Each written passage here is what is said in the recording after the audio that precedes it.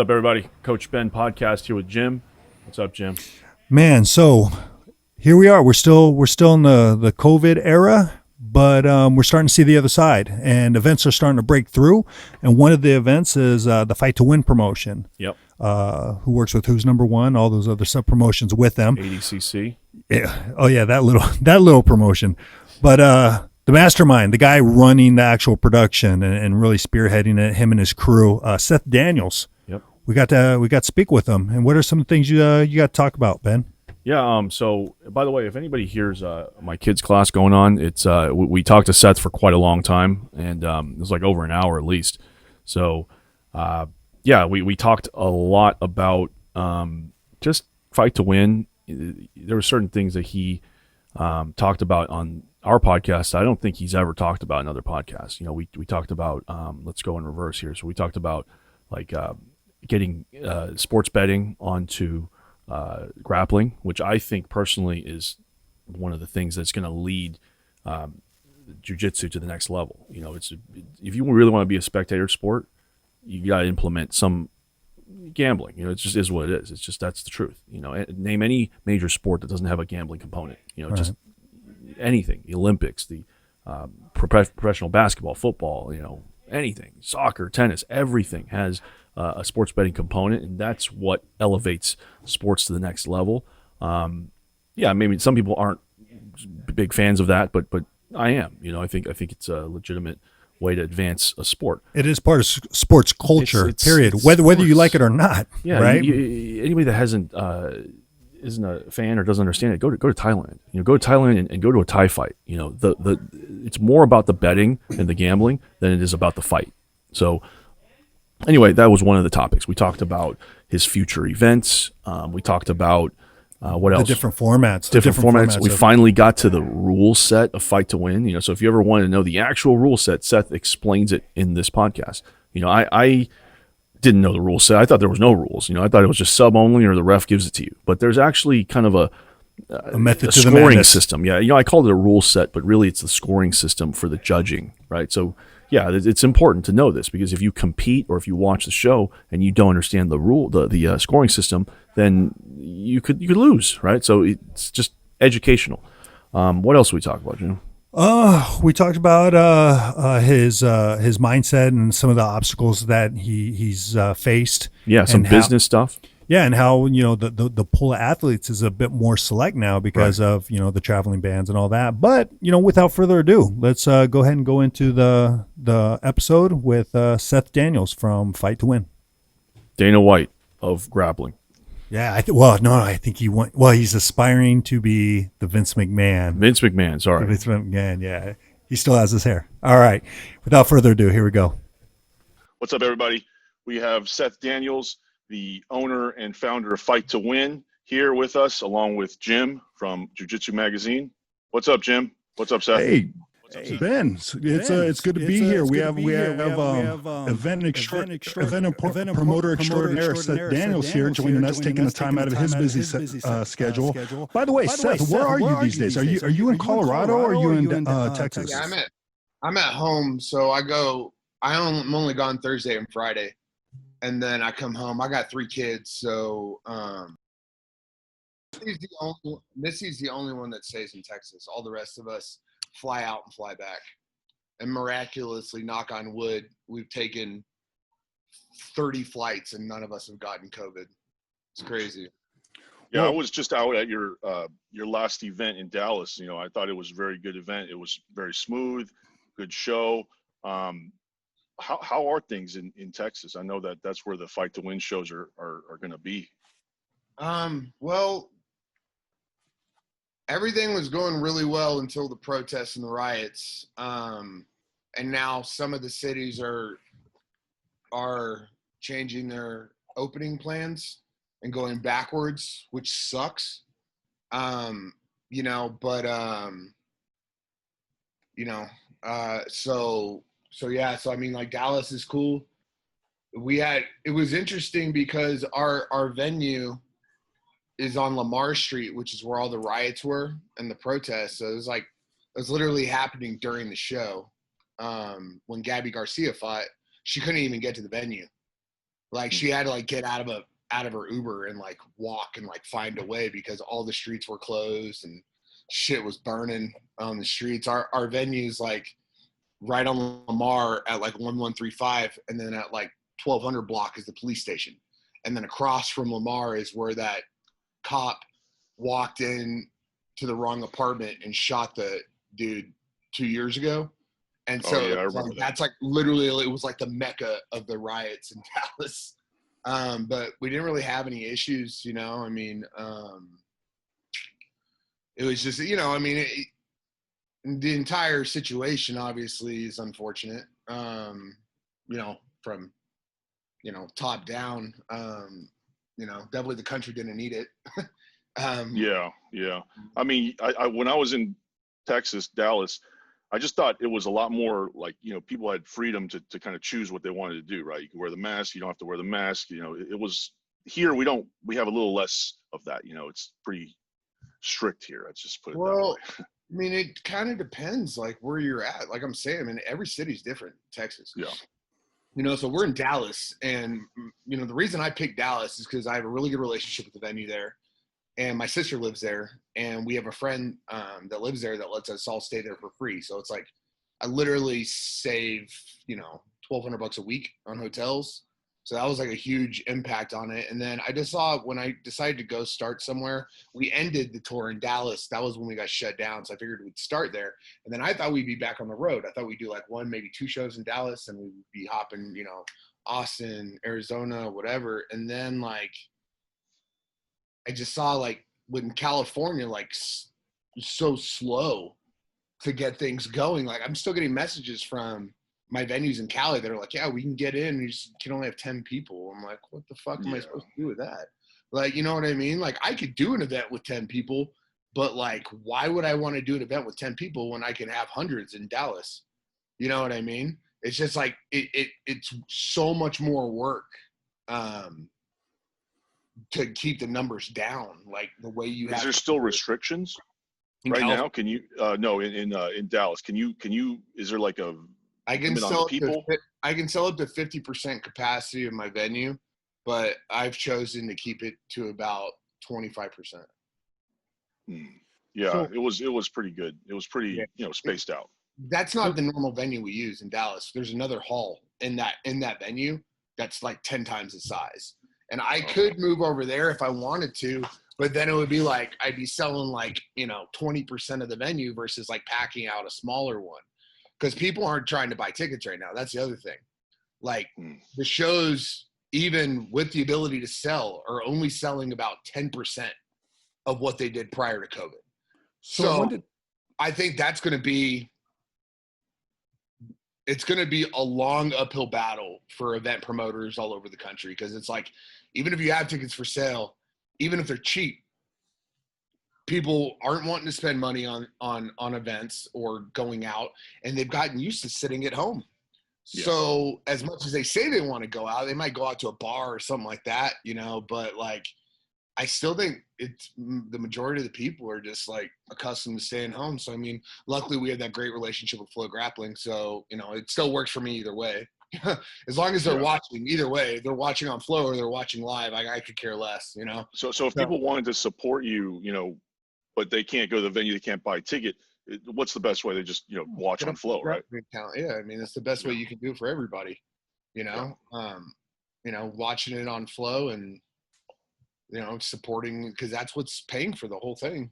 So it's like, you know, people hate on them as much as they want, you know, because there's paywalls and shit, but it's like, how do you think I'm paying for all this? I think they're bringing, you know, they're like, bringing in the sport. You think I'm just like losing $20,000 a week? Like, I'm not, you know what I mean? It's like we renegotiated our contract and we were working together and sacrificing a lot financially on both ends of things and doing what we have to do to keep things going, you know? So yeah, I mean, either come to the show or get a membership. And I mean, if you do jiu-jitsu, you should have a membership anyways. I mean, they have all the content. They have Fight to Win, they have ADCC, they have a bunch of other crappy professional shows, and then they have you know, IBJJF if they ever come back, and World Pro, and you know, all the events that matter are on there anyway. So it's like, You know, you're willing to spend $149 a week on getting, you know, ounces of weed and edibles, but you're going to bitch about $149 a year for a membership to the subscription service that literally runs all of jiu-jitsu. So I go off on this for days. I argue with people about this all the time, but Jim didn't want me to talk about this, but I'm going to have to go a little bit into this. Do you know why there is somewhat of a pushback against Flow? Because I think it's a good service, and I think it's benefiting jiu-jitsu. Because the world is entitled and people think they deserve everything for free. So it's like there was a pushback on iTunes when that opened too, because Napster was free, you know, and a lot of the people doing jiu-jitsu now, I think the ones that bitch about it are newer to the sport and weren't around before them and don't know how hard it was to get content. Like Budo videos. That long and have them send you a DVD and it looked like crap. Like they didn't know what they were doing. You know what I mean? It's like the Flow completely changed the entire game when it comes to this. And I was one of the I first remember pay-per-views. I remember pay-per-view streams. Bro, I used to do pay-per-views. I did pay-per-views on my first 3 shows. I think the most pay-per-views I ever got was Fight to Win 3 with Lovato, and we got 188 people bought that. Now, compare that to the viewership of what we're getting now, which I can't say exactly what it is, but let's just say it's like 1,000 times more than that. So it's you're putting on pay-per-view type cards too, so it's like you're paying $25. Pay-per-view model dead. The pay-per-view model's dead. Even the UFC's not on the paper. I mean, they kind of are, but they're still on ESPN Plus, which is a streaming service. That's the direction everybody's going. Nobody's doing that. Like, look at DAZN. Are they still in business?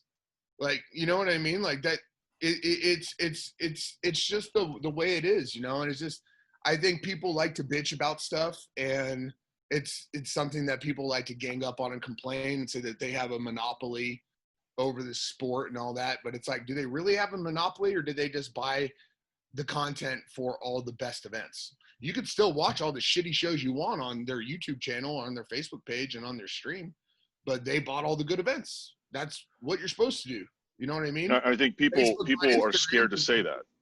Oh, people are they like to bitch and complain about stuff, you know? And it's just like, dude, like, just look at the fucking catalog that they have. Look at the backlog of events. Like, you can have all your matches. If you've ever competed at IBJJ for Fight to Win, all your stuff is online. Now, one of the complaints that people say is like, oh, I, you know, that's my match. I should be able to get it for free. You know what I mean?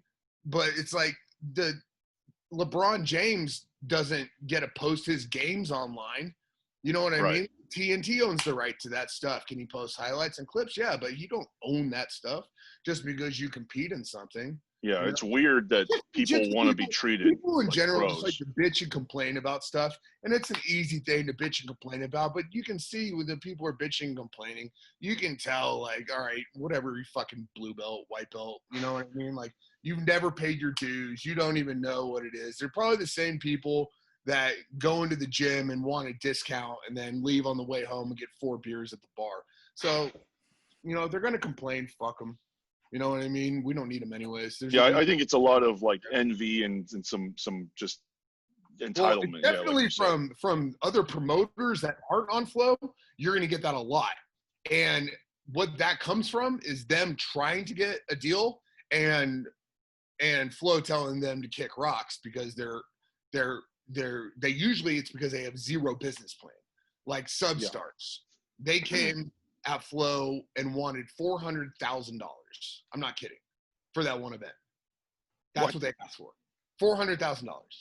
Okay, Jesus that is Christ. infinitely more than we get for ADCC, right? So it's like if you're an idiot and that's like if I'm trying to sell a box of a cereal at my local grocery store, I'm not going to go into it and be like, hey, I got this brand new box of cereal and I'd like to price it 100 times more than the name brand one right over here. Like, why don't you want to cover it? Oh, you don't want to pay it? Well, fuck you then. You guys are cheap. Like, that's just how people are, you know? It's like when you see people bitch and complain about fights and stuff, and they'd be like, oh, one of the main things I get from people is when they don't want to do a fight, they overprice themselves. And I'm talking about some of the top guys in the world. Would be like, I'll offer him someone like Gordon Ryan, and they'll be like, oh, I'll do that for $20,000. And you're like, all right, I'm not going to pay you $20,000 to go lose to Gordon. And then they're like, oh, they're cheap. It's like, no, man, I'm not fucking cheap. You just fucking overpriced yourself so you could say you didn't turn down the fight. That's what Dylan Dennis did to me when I booked him with Gordon. That's why I've had issues with him for so long.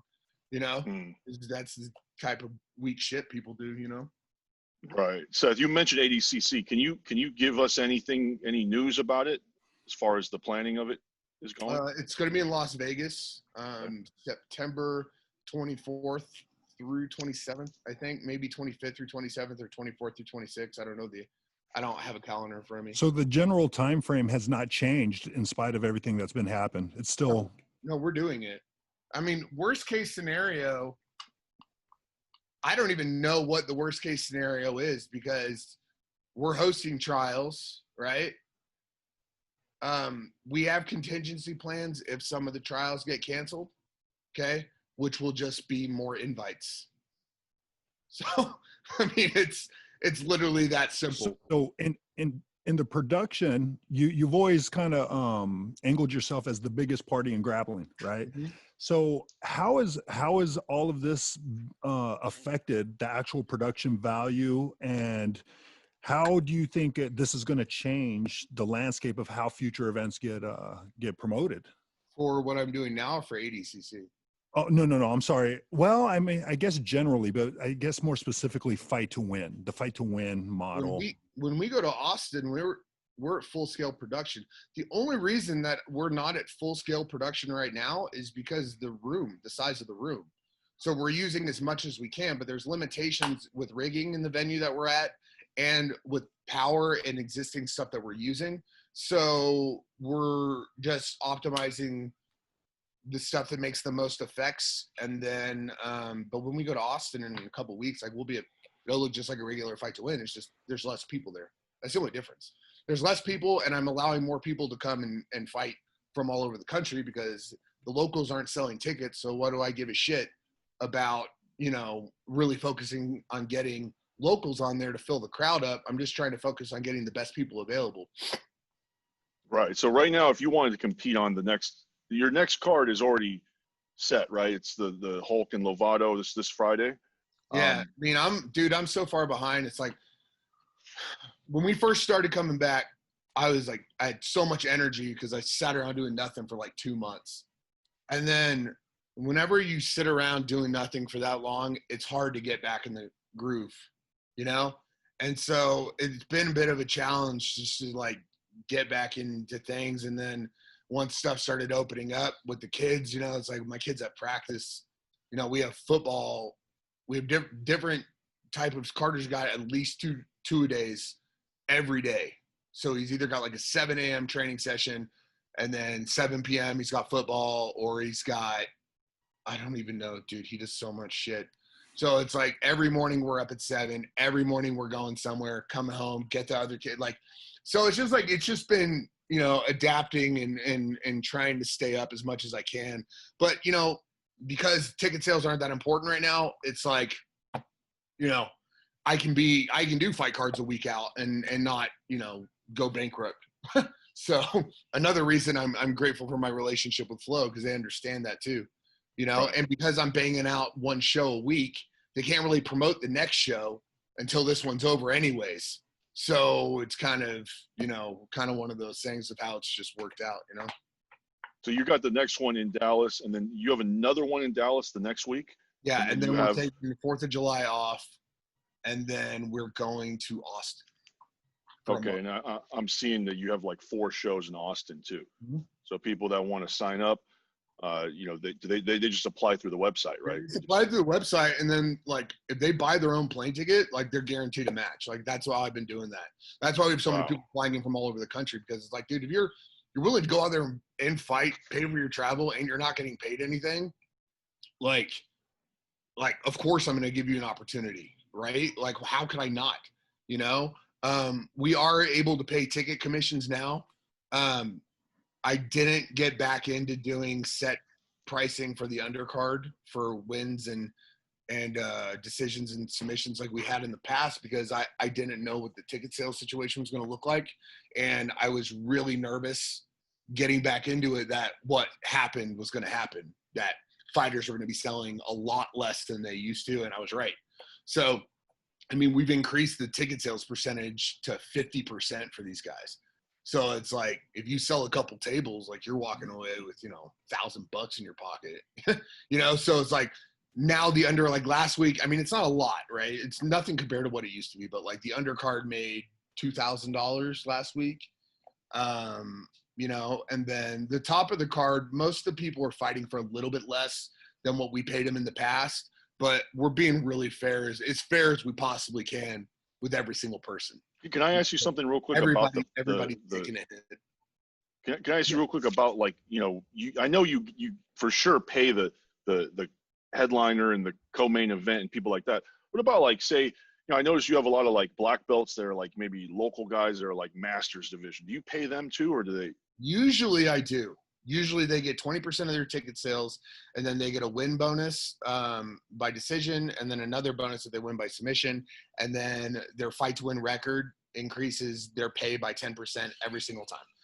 But given the situation of how it is right now, you know, I mean, last weekend we sold 72 tickets. Like, what the fuck am I supposed to do with that? I can't guarantee shit with 72 tickets. You know what I mean? I'm used to selling 1,500 in Dallas. So I can't put a guaranteed amount out there. So that's what I'm saying. What we did was I just doubled the ticket commission. So last week was 40%. It's going to change week by week depending on the cost of the card. But this week it's 50% of their ticket sales. So if they choose to sell tickets, then yeah, they can make money. And then if they choose not to, then they're pretty much just competing for free, which is still less than it costs to compete for IBJJF. So. Yeah, I have certain students that I want them to be on the show and compete for free because it builds their brand, their name. And, you know, how else are you really going to build your name without these types of, you know, events? So, well, I honestly don't see it changing, to be honest with you. I don't think we'll be going back to paying the undercard anytime soon, other than ticket commissions, because until people are buying at the rate that they were before, like, there's no money. Like, you know what I mean? Like, I'm not making anything doing these shows. Like, my goal every month is to be 0 in the black, because I was losing 20 grand a month in the red during quarantine. So it's like, dude, if I can just break even with my monthly expenses and our bills and all that stuff, dude, like, every other penny is going into the purses and the fighters trying to make these fights as big as possible. But the people at the end of the card are all getting paid. They're just not getting what they used to, but they're still getting paid way more money now than they were 5 years ago before we started doing this. So it's like, right. You know, and that's one of the other things is I get people like, oh, I'm not fighting for free. Fight one's not paying their fighters. It's like, motherfucker, we pay people like $4 million in the past 3 years. I've paid more money to fighters than all other organizations, including the Russians combined. You know what I mean? So it's just like, you know what? Like, I'm doing what I can to survive, and the people that are going to bitch and complain, I just won't use. And they go fuck off and fight for free in some bullshit show in a gym, you know? So, yeah, so well, with that, go ahead, Jim. so with that, Seth, has there been any, have you felt any additional obstacles in trying to get, you know, people to compete and to participate in the events? Has there? Well, yeah, I mean, my biggest challenge is that people from Brazil can't come back to America. So some of my biggest stars are in Kainen's in Brazil, Muhammad Ali's in Brazil, Isaac's in Brazil. Like, a lot of guys that I use a lot can't get to America right now, which sucks.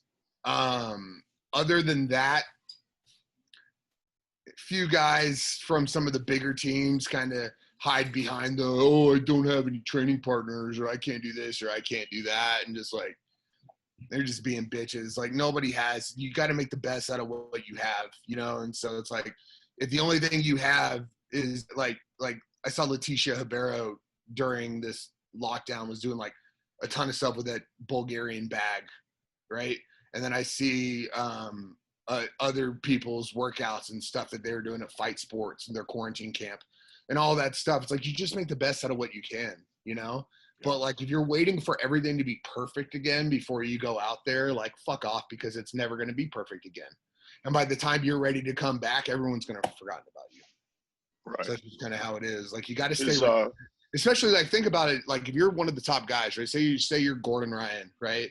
Or Nicky Rod, right? You think Nicky Rod is going to be able to hold on to all of his sponsors if he doesn't start competing? No. You know, these guys, you have to compete. If you don't compete, these sponsors are just wasting money, and you're screwing them over. So because you want to hold someone out over a couple $1,000, like, you're probably going to wind up losing tenfold that over the course of the rest of the year, you know? So I think people just they got to drop their ego a little bit, take a little bit less money. And most people are doing that. Like, you know, I'd say of the 180 people I consider all-stars in the world, that are currently, you know, competing, I'd say at least half of them, I'd say 90% of them in the United States are trying to compete right now. And then the other half of them are fucking stuck in Brazil. So, you know, I know BJJ Stars is supposed to do a show, and that'll be huge if they can actually do it, which I don't think they will. But they're supposed to do it in July, I believe, which I don't think there's any way in hell it's going to happen, because Brazil's like getting to be as bad as America when it comes to the COVID stuff. But you know, hopefully they can pull it off, because that would be a massive card for Marigali and Felipe Pena and all those guys stuck over there that can't make a dollar right now. You know? So anyone who's been keeping up with the Fight to Win shows, you've been featuring in the more recent ones, you've been featuring some old school judo matches.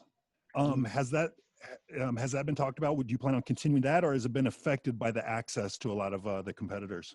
I haven't been getting like barely any judo applications. I think jiu-jitsu people are a lot more, I don't know which one it is, conservative or liberal. I don't know. The jiu-jitsu people are a lot more about pushing the envelope and getting out there and training again. Whereas opposed to, I think more judo people are err on the side of caution. So yeah, judo schools are completely stopped. Yeah, I think maybe East Side and Dallas has maybe got going again. You know, Kim Mesa, I don't think Curry's open. So I mean, the thing you gotta understand too is, like, I don't know if it's worth the risk for judo schools to open, because like they don't make any money. Like, yeah, they're not businesses. There's no money in judo. Like, they charge like $50 a month.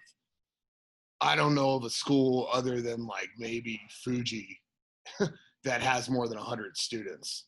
So it's like, if they got, you know, loan forbearance or something like that, you know, like there's really, I just can't imagine it'd be worth the risk for a school with 40 students to open. Like, you know what I mean? Like, yeah, use your $1,000 a month. Like, you know what I mean? Wait till it's everyone's healed up, you know. But no, I haven't had barely any judo interest at all, which is so crazy. I know because Dallas is my biggest judo market in the United States. I know you have. I want you to explain the Fight to Win rules for everybody, because I recently learned them, and I consider them to be very fair. Is the judo rules also different, or Yeah, are they? I made those up. Made them up? Yeah, I got really high on edibles and just like made up judo. And you call them the old school rules. Yeah, I guess. I mean, they're not really. I mean, can you give us both of them? Yeah. So everybody can hear them. So, no-gi, everything's legal. That's the rule set. In gi, you can't heel hook and you can't reap. You can't grab the inside of the sleeves. Let me clarify. I'm more interested in the scoring system. Oh, the scoring system. Okay. Well, judo is way different, but in jiu-jitsu, in no-gi and gi, basically there is no scoring system. It's submission only. However, I created a scoring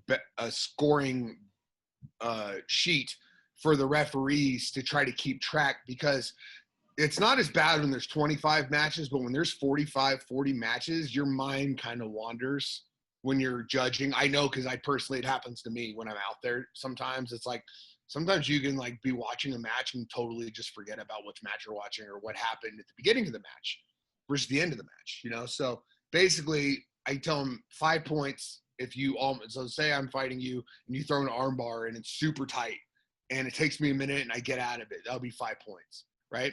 But if you threw up an arm bar and it was kind of weak, but it was a good enough of an attack to where you'd be like, that was an attack, that's 1 point.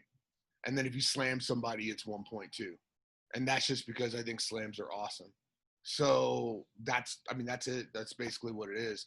But also, like, I tell them, like, all right, if you have a score and it's like one guy, you know, has 5 and you have the other guy that has 4 points, but the other guy completely dominated the match, you're not stuck on that scoring system that you have to give it to that guy. You can still make a judgment call on who you think won the fight, right?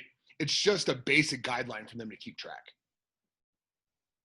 Yeah, I think that's fair, and I think, you know, I had one of your referees come over and explain to me. One of my fighters lost by split, and he just came right over, explained everything. It was very coherent. I didn't have any. It was Brienne, and she faced Emily. Yes.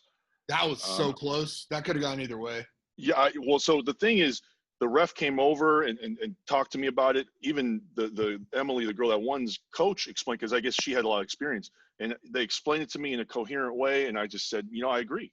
There's nothing to say. You know, there was that could have gone. That match could have gone to Bree though too. Like that match could have gone either way. So I mean, yeah, there was like a calf slicer that I think should have been scored a little bit, but it doesn't matter. That's what I'm saying. Like it's some of those matches where it's just like either nothing happens, or in that match in particular, so much happens. Yeah. Like how you said you could forget something in the beginning. It's that would be the match to do that. Yeah, I mean that's just like, you know, I've ref matches where was it Ari and AJ, where it was just like, Jesus Christ. Like, I was like, the whole time I was so stressed out while I was up there. I was like, I have no fucking clue who I'm going to give this match to. I didn't even know who I was going to give the match to until I rose my flag. I had not made the decision. I was seriously just like, I remember after that match, I sat down for a little bit and just kind of like rehearsed everything in my mind. And I was like, I'm giving it to AJ because the last 3 minutes, he was pushing the pace and Ari was backing away the whole time. And that's why I give it to AJ. So you were the ref, right? Yeah, I was the main ref. I only main ref matches where I feel like the people need help staying on the stage because I'm really good at that. And so it's just like one of those things where if I see a match is like getting a little too wild, or like if Nicky Rod competes, I'll make sure I'm reffing on that, because if someone wrestles with him, he could give a shit if he throws people 10 feet off the stage. And so there's a lot of guys like that. And like Ronaldo Jr. is the same way. You know, so it's just like, I'm conscious of who's competing and their styles, you know, and their respect level for their opponent is a big part of it. You know, like Ari and AJ, I knew something bad was going to happen. Because they were like trying to fight before the match even happened, and then like we got thrown off the stage in the first 5 seconds. So it was just like I saw it happening, you know. And I don't mind sacrificing my body. My body's old and broken anyway. So what do I do? And you know what? And a big shout out to that on that note, because you have to be one of the most hands-on promoters in the history of jiu-jitsu events. You put them together, you announce. And I don't know if you DJ at times, some of those events. You are the DJ. You're a referee for the, you know, some of the more, I guess, aggressive style matches. Yeah. And you're a competitor as well. On the judo side, you competed on the judo side of this and on the jiu-jitsu side of this. Yeah. And hands down, I think you'd have to be the most active promoter in the history of the sport. I'm the only one that's a real athlete. No offense to Holes, but I mean, he's been retired for ever. Right. A lot of these guys are retired. I mean, even Eddie, you know, he competed at ADCC. I mean, they're just retired, and the fact is they don't do all of those aspects in their own events. I mean, well, yeah, but everybody's got a different style, you know. I mean, like most promoters you're going to find are going to be suit wearing douchebags who like put some money into a show and are probably losing all their money. and they're wandering around and they're doing it because they're thirsty and they want people to think they're cool and they're trying to buy friends with grapplers. That's what I found with most of the promoters out there. I started promoting because I got fucked over by a promoter in an MMA fight, and the tournaments in Colorado were fucking atrocious 15 years ago or 12 years ago whenever I started this. And so that's why I started promoting, because I just wanted to treat people fairly. And then I DJ and I announce and I do the video stuff because that's the job. It's like 3 different people's job, and it's not that fucking hard. Like, I think announcers are whack as fuck. It's like, no offense to Jeff Houston, he's cool, but like motherfuckers out there like with their suits and their fucking bullshit and just saying people's names louder, you know, it's just like, you're not fucking Bruce Buffer. Just shut the fuck up. Nobody cares. Like, nobody gives a shit about the announcer. You know what I mean? So that's why I don't go up there and announce, because nobody cares. You care about Bruce Buffer because he's fucking awesome, but you're not Bruce Buffer. You're not Michael Buffer. There's 2 people that people care about. That's it. End of story, right? So if you're not those people, then what's the point, you know? I like Joe Martinez a little bit. No, Joe Martinez right. is cool too, but like, as a fan, you've been to the UFC, right? Yeah. And Bruce Buffer's up there, and it's time, and the whole fucking place goes madness. He earned that shit, right? He earned that. Yep. Everybody else is just trying to be him, and I just don't see the value in the announcer and value in a DJ. Like, dude, I call myself DJ iTunes. Like, everyone's like, dude, you're such a good DJ. I'm like, dude, I'm just pressing play, you know? And then like the video stuff, it's just, to me, it's all one. That's one job. Yeah, I want to ask you about that, the video stuff. Every fighter comes out to their own intro and their own song, and you also have like some graphics going on. Is that, I mean, you definitely put in like special effort on the main event people, right? I put in effort on all of them. I put on effort on the first fight and the last fight. So basically, the way I do it is like, blue corner is the first one that comes out, and those colors have to be neutral. They have to be cool, right? So like greens, blues, purples, grays, that's my first walkout. And then the second one has got to be hot colors. So reds, yellow, oranges, whites, stuff like that. And so basically what I'm doing is I'm listening to the music, and I'm finding videos that match the tone of the music. And then Evan cues off my video and matches the lighting to my video to the drum beats. So that's why it looks like a concert, because Evan is a fucking genius, like a retard savant, and like he basically he knows. It's so crazy. It's like he's run so many concerts. I mean, the kid's probably done like 10,000 concerts, that like he has such a good ear for music. He can always tell like when the drums are gonna hit, you know, which is how you know, it's like when you're in the car and you're banging on the steering wheel or whatever.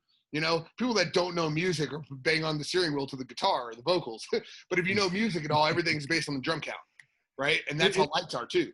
Lights are based on the drum count. Videos based on the drum count. Everything's on this. So we try to work together on it, but I do it pre-show and Evan does everything live. I'm not talented like he is when it comes to production and the what he does, the lighting stuff. That's, you know, that's way. It's like that SNL skit that drop the bass button. Yeah. So No, but no, it's literally how it is, man. It's just like, and to me it's fun. And like when me and him like hit something and it's like, it's badass. Like we have like 10 songs that we're really good at. And when like somebody walks out to them, it's like, fuck yeah. Because like we've done it so many times, and we have like a preset video and a preset lighting that goes with it, and we crush it, you know. And then sometimes it's just like when people walk out, I mean, no offense, but like when people walk out to like the Portuguese Jesus songs, it's like, what am I supposed to do with that shit? You know what I mean? It's like, I get it. I let people walk out to whatever they want to walk out to, right? You want to walk out to cuss words. You want to walk out and put Black Lives Matter on the screen. You want, you know, ramen noodles being dripped all over you. I don't care. Whatever you want to do, it's your fight. It's your walkout. It's your song, you know. But like sometimes it's like it fucking kills me, man. And that's super cool. I have to do every song too. I have to go through every fucking song and find what the exact part is that's going to be 5 seconds before the drop to get him in. So it's like I got to go through, 60 plus songs, 70 plus songs every single show and know the exact moment that I need to have them queued up so that they're not already on the mat before the fucking beat drops. You know what it reminds me of? It's super cool when you're there because you get to see like the smoke and the lights and stuff. Yeah. It reminds me of the WWE. I wish. It gives you, Fuck, it man, gives that's like the best people. compliment in the entire world. They're my heroes, man. Like everybody's always like, "Oh, you guys are the fucking UFC of grappling," and I'm like, "Fuck the UFC, man. I'm trying to be like Vince McMahon. Like I'm trying to, you know what I mean? Like that's the hero. That's the dude that goes. I ain't never seen Dana White go out there and fight. I seen Vince McMahon drop some motherfuckers through tables. Vince puts the best show in the world out there. He's got the best production in the. I mean, it's not even maybe." Muse, the band, maybe Rammstein and Muse maybe can hang with them production wise, but other than those two bands, I don't think anybody in the world is at the level of WWE. Yeah, I only said that because they have goal. great.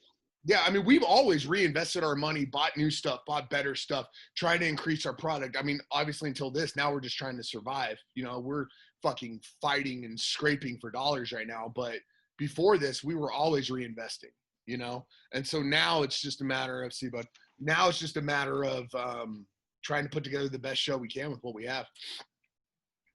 Yeah, I said that because I just think that, people that compete on your shows, they want to get paid or what other tournament, you can't go to like IBJJF and get that treatment. You have a highlight reel of your match. You're on Flow Grappling. You have a walkout. You have your own song. Like I competed MMA once, but it was smoker type stuff. If I've never had the opportunity to walk out to something like that, and that reminds me of WWE because I've always wanted that, and so that's kind of funny. It's a cool so thing. You said that because Troy, that used to work for me, the one they called the Night Pigeon, he worked for me for like 10 years, and so I knew Troy when he was like 19 years old, I think, maybe 20, and like I remember him saying to me, he was like, "Man, like I want to go out there and perform so my friends and family can see what I'm doing, but like I guess I have to do MMA, so I guess I'll do it once." And like I hated fighting MMA. It fucking hurts. I don't care what anybody says. You get punched in the nose, that shit is painful, right? Yeah. And so Forget it's all your like jiu-jitsu. everything about MMA hurts, right? It's like punching someone hurts your hands, kicking someone hurts your legs, kneeing someone hurts your fucking knee. Like the cage hurts your back. I respect those guys a ton. Like I did it like 10 times and I could never ever do it again. And I feel like what I've created is like a place for pussies like me that don't want to fucking get punched in the face. And it's like, we still want to go out there and perform. We still want the lights and the video to showcase our ability and what we do. But like, fuck that shit, dude. I consider Fight to Win like a super fight show, right? What do you think about the tournament format? Do you ever want to run something like that? You mean like ADCC, Grand like Prix? a tournament? Yeah, kind of like that. Do you ever see Fight to Win doing like a tournament? Grand Prix? We do open tournaments in Colorado, and prior to me starting Fight to Win, we considered Fight to Win Pro back then in 2015, I was doing about 20 tournaments around the country every year. I did them in Jersey, I did them in Florida, I did them in Atlanta, mainly Colorado and Texas, Wyoming, New Mexico, California, but tournaments are a dime a dozen. So, yeah, I'm more talking about I know. What I'm saying, no, I'll never do that. So I don't want to do. Okay, like my opinion about the Grand Prix and stuff, like what Third Coast is doing, like that was my idea. I told it to him. I was like, this is what I think I'm gonna wind up doing before I was able to get a new contract. So once I got my new contract, I didn't have to do that. My issue with those, nothing against what he's doing right now. Those tournaments that he's putting together are pretty fucking legit, right? But only one person's getting paid, right? Right. And if you're Wagner Rocha, Roberto Jimenez, Ty Ruotolo, Dante Leon, you should not be competing for free. I don't care what the fucking prize is at the end of the rainbow. Like, you've paid your dues. Like, you know what I'm saying?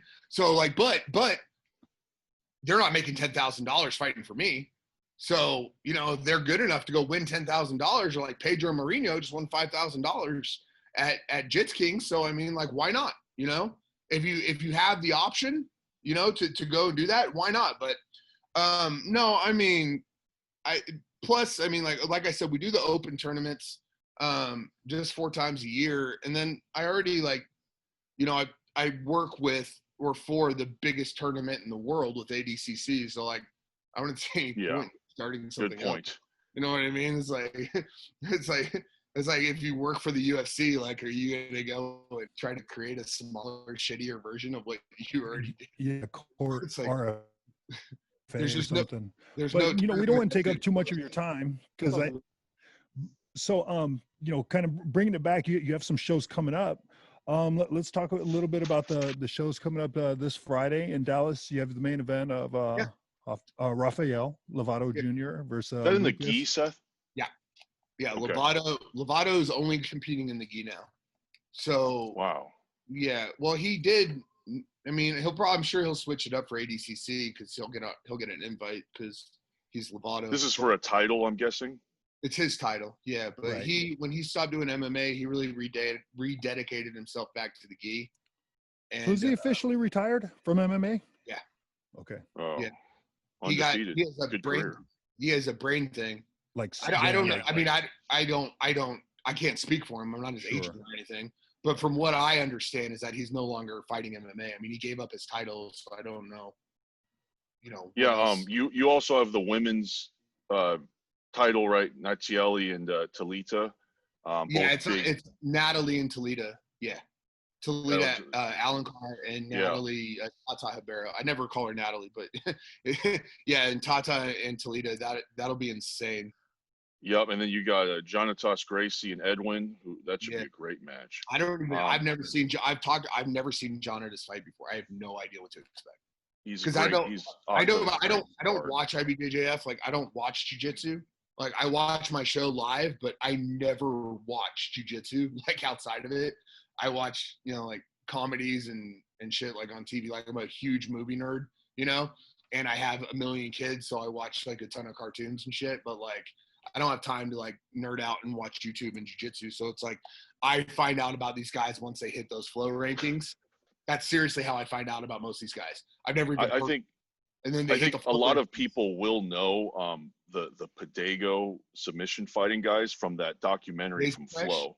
Yeah. Yeah, I know those dudes. A lot of them competed for me in Nashville back like 4 years ago, and some of them have fought in Chicago for me.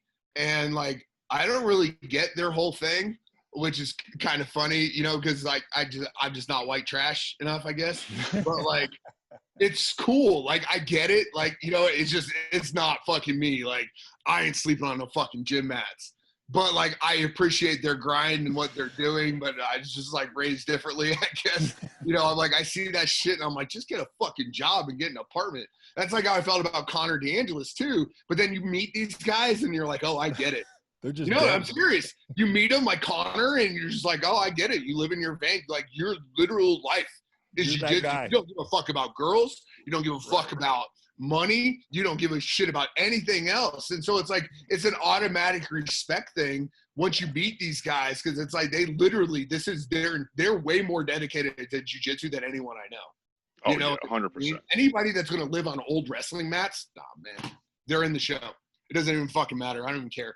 If you got like 10 of these guys. You live in your gym and you literally live on the mats, you're guaranteed a spot and fight to win, because you're more dedicated than fucking anyone.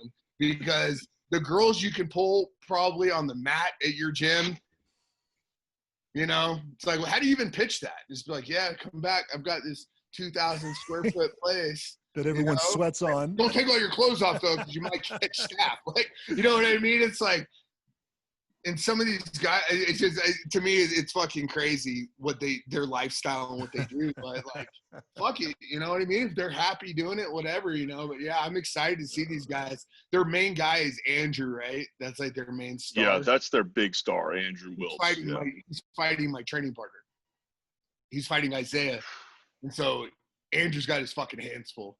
But Isaiah is also not Isaiah's in quarantine shape, so we'll see what happens. Andrew, I think, is for a no-gi world 175. champion. Yeah, well, Isaiah, yeah, but We'll see. you can win as many no-gi world championships as you want until you throw heel hooks in. It's a whole different world. 100%. You know what I'm saying? You got IBJJF guys that'll get slaughtered at ADCC, and they do. You know, world champions that win that we didn't even invite. You know, they got heel hooked at trials like in 20 seconds. So it's like once everything's legal, it really changes the game quite a bit, as you can see with the Ruotolos and with you know Ethan Crestline. I mean, even though he's lost his last 2 matches on my show, like kid's a brown belt and he's insanely good. He's right there with the top lightweights in the world, right there. And he's brown belt. Yeah. Because of his heel hooking. So it's like, you know, Danaher and really changed the whole game for everybody when it comes to no-gi stuff, you know. You added in that system and everything changed, you know. And then, I mean, not taking away anything from Eddie. That's where I learned like 90% of my jiu-jitsu is from 10th Planet. But, you know. Yeah, I was going to ask you something about that, Seth, real quick. I've heard you say that you're a Henzo black belt. Yeah. And you've also trained with Amal Easton. So did who awarded you your black belt? I am a black belt technically under Amal Easton, who is a Henzo 5th degree Henzo black belt. I see. That's okay. Right. That's So clear I'm a now. Henzo Gracie black belt is my lineage, but my direct lineage is Amal Easton and then Henzo. Yep. I Cool. believe. That clears it up. Yeah. All right. So yeah, like Jim said, we don't want to take up too much of your time. I just have one last question for you. Yeah. I like to ask this to guests. So one of the themes of this podcast is we're all about continuous learning, right? Do you have any? How do you learn? How do you improve yourself? Do you have any book recommendations for people? Do you have a favorite couple books that you can tell people? Jiu-jitsu or like life? Just life, anything. How to become a better businessman. No, I don't fucking read, dude. I hate that shit. I don't even like reading to my kids. Fucking, dude, I learn by failing, honestly. Like, I've never been afraid to take risks and fail and learn from my failures and figure out what works best for me. I'm doing some work on myself right now and dealing with some childhood trauma and stuff from my past. You know, with therapists and therapy and shit like that. So I've had kind of a tough upbringing. So, you know, that's some personal self-help stuff that I'm doing. But like outside of that, like, you know, like if I have the choice to sit down and read a book for 2 hours or watch something funny on TV while I'm high on edibles, like it's not much of a choice for me. Like I'm just not a fan of reading. You know, but no, I mean, like I said, I get inspiration from people, you know. Like Lovato's somebody that really inspires me. You know, his outlook on life and the way that he treats people and his martial artist mentality is really cool, you know. You know, but I mean, like, you know, I'm not one of those people, like, no offense to Tom DeBlast, but like, I'm not one of those people that's going to post like positive memes and shit like that. It's just not my bag, you know, and I'm not going to listen to Gary Vee tell me how to fucking increase my social media followers. And I just like to try shit and see what happens. And like I'm really good at cooking chicken now. And I used to be really bad at it. No, I'm serious. Yeah. I'm like really fucking good at cooking chicken. And so, but like a couple years ago, like I sucked at cooking chicken and I tried a whole bunch of different stuff. And then eventually I figured out how to cook chicken. So, I mean, that's how my life has always been. Like I used to run one of the biggest fitness companies in the world that just filed bankruptcy, pieces of shit. And 24-hour fitness. Yeah. And I was high up with them and they let me go. And then I owned a tattoo shop. I ran a food delivery business, like prior to when all this shit was popular, you know, with, you know, like where they make meals prepared for you. Like we were one of the first people to do it. And we did, you know, like I did Shane Carwin and Brendan Schaub. Like we were doing a bunch of athletes back in the day. Did that. Man, I couldn't even count the amount of businesses I failed at, to be honest with you. You know, I was a concert promoter, an MMA promoter. Like I just kind of do whatever I feel like doing at the time and put everything I have into it. And if it fails, it fails. And if it succeeds, it succeeds. I feel like fight to win's my dare to be great situation. You know, I've been running tournaments and I've been involved in martial arts since I was 5 years old. And it's just like a perfect mixture of everything I've done in my life. But if I hadn't failed at the concert game, like I wouldn't have had any of the expertise of knowing how to use production. If I hadn't done MMA, I wouldn't know how to deal with fighters. If I hadn't run the tattoo shops, I wouldn't know how to deal with employees that are drug addicts. So, you know, it's just like everything you do in your life, as long as you learn something from it, you know, and you fix your mistakes so you don't repeat history, you know, can benefit you in the future. Nice. That's a great practical lesson, and I think I agree with all that. You know, that's it. You know, that's it. My kids know that I don't like to read, but don't tell them they don't have to. Yeah, no, my oldest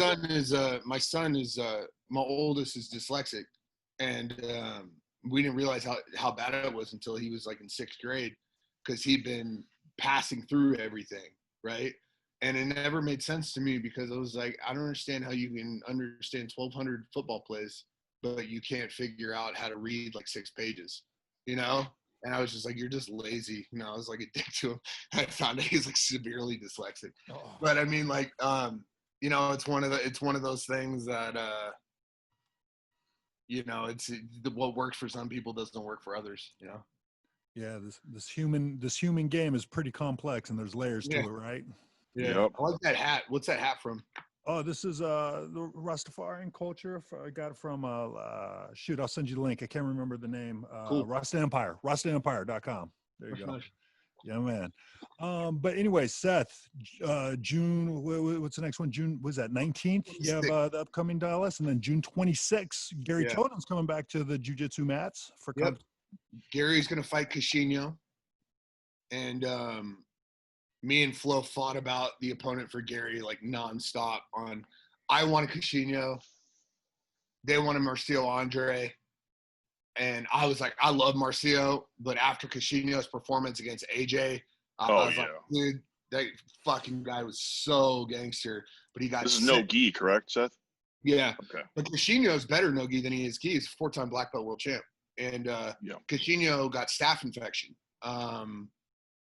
prior to his match with AJ, and had it like wrapped up and all that when he competed, but he had like staph on his leg. And so like he had to take like a month off. So he was just like, I can't fight, blah, blah, blah. And he was supposed to fight Mateus Gabriel. And then we booked Marcio against Gary, and then Marcio got hurt. And his trading partner is Cushinho. So, you know, it just worked out perfectly, because they were already in camp for Gary. You know, you see what I'm saying? So now it's just like you take out one world champion and put in another, like, and I'm really excited about that matchup. It's something I've been wanting for a while, and then I think that's the better matchup. Yeah. You probably were the one to say that. Yeah, well, I'm really excited about Sanji being on the show. Like, Sanji, who's he facing? Gabriel Almeida, just beat Roberto Jimenez from Checkmat. So obviously, you know, I don't know how old Sanji is, but I'm guessing he's close to my age, probably like almost 40, or maybe a little bit older. If not, I apologize, but I would just assume by his success and how long he's been training that he's got to be 40. I feel like. Yeah, I feel bad when I talk about people's ages when I don't know him, but I know Gabriel's only 28, and Gabriel's one of the best in the world right now, and Sanji's one of the greatest to ever do it.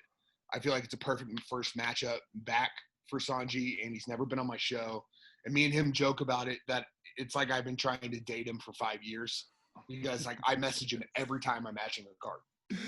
Like every time. Sanji's 39, by the way. He's 39. Yeah, I was close. Yeah, so like I've been messaging Sanji since Fight to Win 1. So 149 messages in his inbox from me asking him to do a show, and he finally accepted it. So it's like I courted him for 5 years, and we finally get to go on our first date, and I'm pretty excited about it. Because I love those guys, man. The whole Hibero family, like you know, Salo and Sanji and Lovato and Hugo, they have. I just talked about this on Flow. They have team affiliates in Colorado, and a ton of my friends go there, like a ton of my training partners, and we all cross train. And that's kind of one of the things about with those guys is like you always get better. Like they let you do that kind of stuff, and like their guys are savages, and they're always great people, and they're fun and stuff like that. So I'm really excited to have, you know, one of the founding fathers of American Jiu-Jitsu, if you will, even though they're Brazilian. They were one of the biggest ones once they got to America to really get things going, and not being so, I don't want to be racist, but not being so Brazilian about it. You know what I mean? Like, I feel like kind of they're, in my opinion, they're kind of like what Bruce Lee did with like Kung Fu. When Bruce Lee came over, he wanted to teach everybody. He didn't want to just keep it for just Brazilians. And I kind of feel like that's how they feel, is that like Jiu-Jitsu is owned by the world. It's not just owned by Brazilians, and they're Brazilian. So I just find, I find them very interesting, and I've done seminars with both of them, and they were fantastic. Yeah, it's interesting that you brought their association up, the Ribeiro Association, because there's just something that I've noticed too, just by like an outsider looking at their camaraderie and loyalty to each other. There's just something special there. I definitely see it. I saw it when Lovato won the Bellator championship. I saw it when Victor Hugo won your show. I mean, they were all there. It's something there. Jesus Christ. Yeah, it was crazy. He's insane. And it was funny because I was talking to him right before that match, and he was like, I'm ready for anyone. He's like, my cardio is getting so much better to keep up with Lovato. Because he could be the best in the world. I think he Possibility. is. I think next time there is a world championship in the gi, I wouldn't be surprised to see him and Buchecha in the finals and see him beat Buchecha. Guy kneebarred Cyborg. It's crazy. Yeah, Cyborg got him back though. But, Victor is also young. He's like early 20s. Yeah. It's scary, man. If you look at like that crop, Roberto Jimenez, the Ruotolos, Nicky Ryan, like Victor Hugo, Janata, like it's going to be scary, man. Like all the guys when's Shanji? Is he next week? Yeah. He's next week. Yeah. So for all three of them will be fighting in Austin too. So the way that we're pretty much doing it with them is we go week after week. That's how they like doing it and then like a week off. So it'd probably be like, I think Lovato, it'll be Hugo will start, and then Lovato, and then Sanji, and we'll just keep rotating them that way. Is it all on Fridays from here on out? Are they all going to be on Fridays from here on out?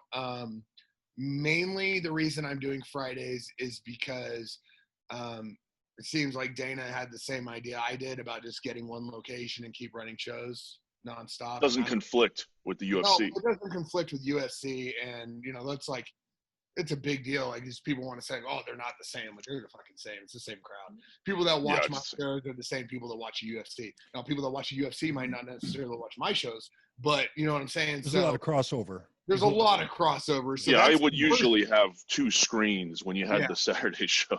Yeah, so that's the first reason. The second reason is my son starts football here pretty soon, and this is his last season in middle school, which would be played on Saturdays, which is huge for me because, like, there's nothing I like more than the world than watching my son destroy kids in football.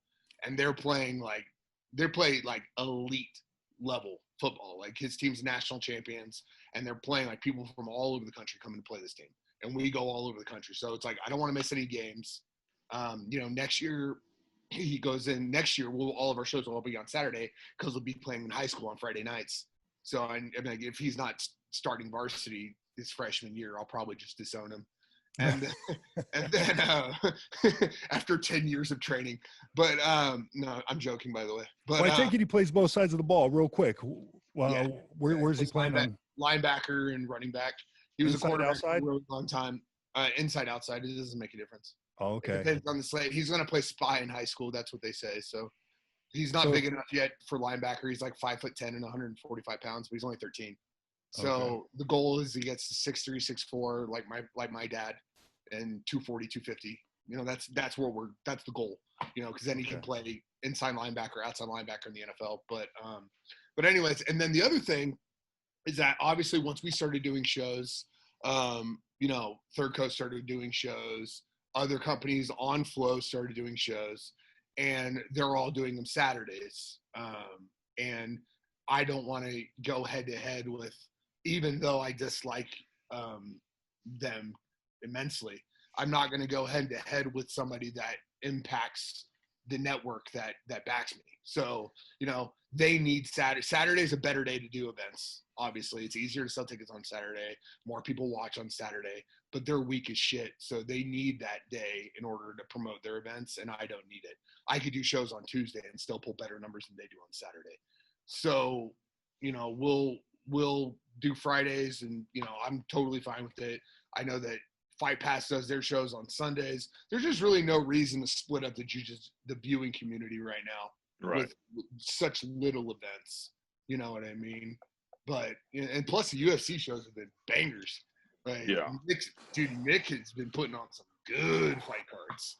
You know, so it's like, yeah, you don't want to compete with that. I don't even like MMA, but I've been like watching them nonstop because like my teammates have been fighting. Like Justin, you know, won the title. That was amazing, and my boy Drew won, and Neil won, and it's just been fun, you know, to like see the homies on TV every Saturday. You know, last weekend Jessica she lost to another girl. It's a fight to win bet. So like 2 fight to win bets fought in the main event. So it's like it's been really fun, like to actually have time to watch some fights because I never have had time. That's the next big goal, I think, for grappling, because I'm a pretty big sports bettor. I want to see grappling, jiu-jitsu on. I'm trying so hard, man. So there's issues with that. So here's the issues with gambling and grappling, because I tried working with BetUs, I tried working with MyBookie and BetDSI, and the issues I have is that a lot of states I do events in, it's illegal. Gambling's illegal. And there's some fucking statute that my lawyer says prevents me from doing them in like 9 of the states that I do it in. Jeez. And those contracts, here's the crazy shit. Like MyBookie, their contract is so fucked up that basically you can't pay the fighter, right? So you can't pay the fighter off of gambling. It's illegal, right? So if you fight Jim on the show, right, and they're going to promote your fight, MyBookie requires you to post 3 times whatever their thing is promoting the gambling, right? Wow. But you get nothing out of it. So I have a problem. I don't mind doing it. If MyBookie's paying me to put a fight on, because I don't give a shit. But the fighters have to do it themselves. The fighters have to do it themselves. Why is that special for grappling? Because the UFC doesn't have that. I don't know. UFC's 1,000 times bigger than I am. But Yeah. UFC also has no involvement in the betting. Yeah, because they have Submission Underground on the betting Right. sites. I see that. Not anymore. Not anymore? And, yeah, but I mean, I don't believe they're on there anymore. But yeah, I mean, the gambling thing would be huge, and it's something that I've been trying to procure forever, man. It's just like my lawyer tends to err on the side of caution because I tend to not do that. And so he's like, unless it's like crazy amount of money, he doesn't want me involved in the gambling I portion. feel like that's the next step as far as spectator sports go. Dude, You've if got we to can get there. get it done for ADCC, I'm going to fucking cry. This show is in Vegas.